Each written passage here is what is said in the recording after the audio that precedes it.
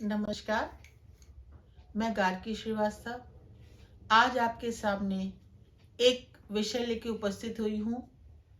एक बार क्या हुआ, दो बच्चों में लड़ाई हो गई और उस लड़ाई में क्या हुआ, घर के बड़े भी शामिल हो गए। वो लड़ाई बढ़ते बढ़ते पुलिस तक पहुंच गई और पुलिस से बढ़ते बढ़ते कोर्ट तक पहुंच गई। लेकिन कुछ दिन बाद वो बच्चे आपस में पुनः दोस्त बन गए, लेकिन तब तक घर वालों में दुश्मनी हो चुकी थी। ऐसा ही कुछ आजकल देश का माहौल है। आप देख रहे हैं कि बच्चों की छोटी सी जिद ने किस तरह का रूप धारण कर लिया है कि देश की एकता और अखंडता पर एक खतरा सा उत्पन्न हो गया है।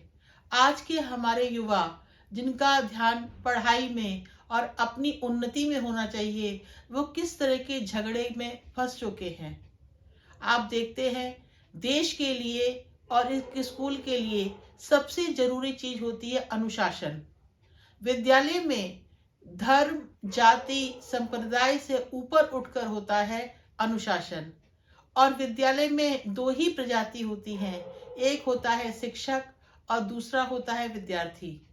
शिक्षक जब अपनी कक्षा में होता है तो वो किसी बच्चे की धर्म, जाति, संप्रदाय, मजहब के बारे में नहीं जानना चाहता और ना उसको जानना चाहिए। इसलिए विद्यालय में इसी बात को ध्यान रखते हुए एक यूनिफॉर्म व्यवस्था की स्थापना की गई, जहाँ पे बच्चे किस संप्रदाय से आते हैं, किस समाज के हिस्से से आते हैं, उनकी आर्थिक स्थिति क्या है, कैसी है, इससे विद्यालय में पढ़ने वाले बच्चों के बीच में कोई भेदभाव उत्पन्न ना हो। इसलिए सभी बच्चे एक ही प्रकार की यूनिफॉर्म धारण करते हैं। विद्यालय में जो शिक्षक होते हैं वो बच्चों की सिर्फ और सिर्फ पढ़ाई पर ध्यान देते हैं और उनका व्यक्तिगत धर्म और जाति क्या है इसके बारे में ना तो कोई जानना चाहता है, ना कुछ फर्क पड़ता है।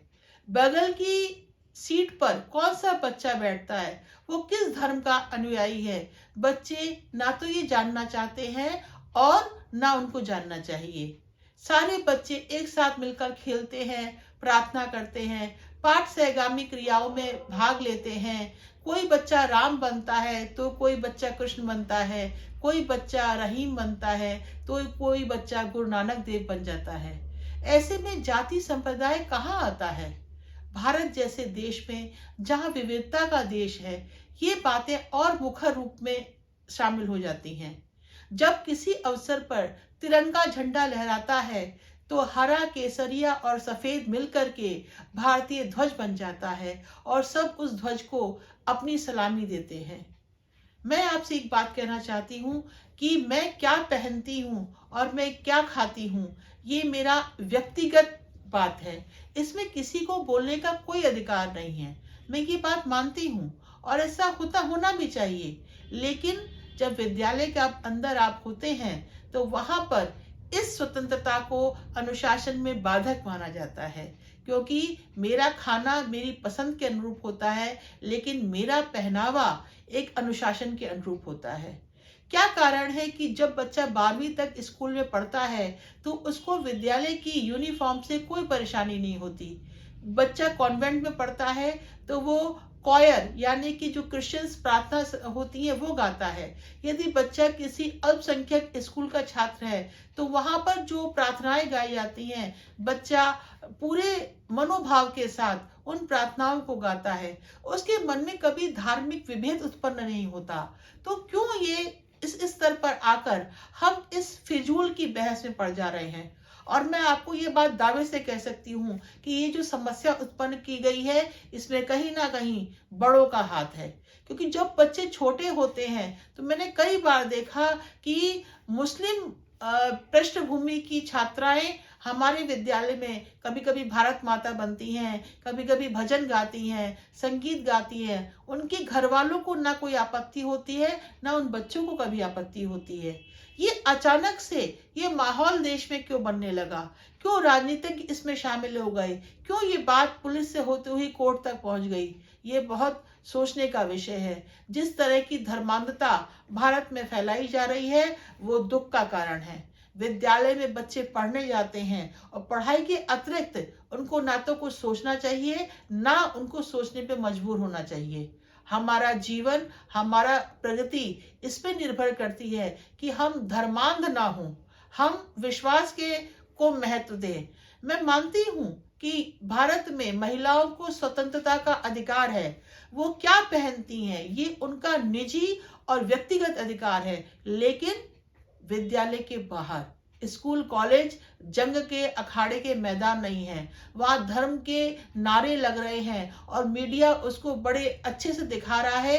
ये बड़े दुख की बात है। अनुशासनहीनता के नाम पर ये जो परोसा जा रहा है, ये देश में बहुत गलत संदेश जा रहा है, जहां बच्चे पढ़ाई से हटकर विभिन्न प्रकार की इस गतिविधियों में संलग्न हो रहे हैं, जो बहुत दुख की बात है। मैं आपसे कहना चाहती हूँ, यदि हिजाब किसी भी धर्म का हिस्सा है, तो अगर जो महिलाएं हिजाब नहीं पहनती हैं, इसका मतलब वो उस धर्म की अनुयायी नहीं है।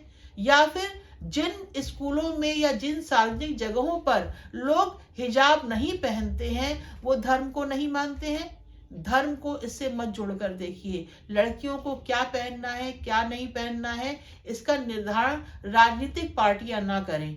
ये व्यक्ति का व्यक्तिगत अधिकार है, लेकिन ये अधिकार विद्यालय के बाहर है। विद्यालय में सारे छात्र एक समान होते हैं और विद्यालय के अनुशासन को बनाए रखने के लिए उनके अंदर एक समान भाव का होना बहुत जरूरी है। ये चिंतन का विषय है, विचार का विषय है, और ये हमारे देश के बच्चों के भविष्य का प्रश्न है। इस पे आप अपनी राय अवश्य दें और बच्चों को इस धर्मांधता की आंधी में न झोंके, उनको बच्चा ही रहने दें और उनको पढ़ाई करने दें। मैं पुनः उपस्थित होंगी आपके समक्ष। तब तक के लिए नमस्कार।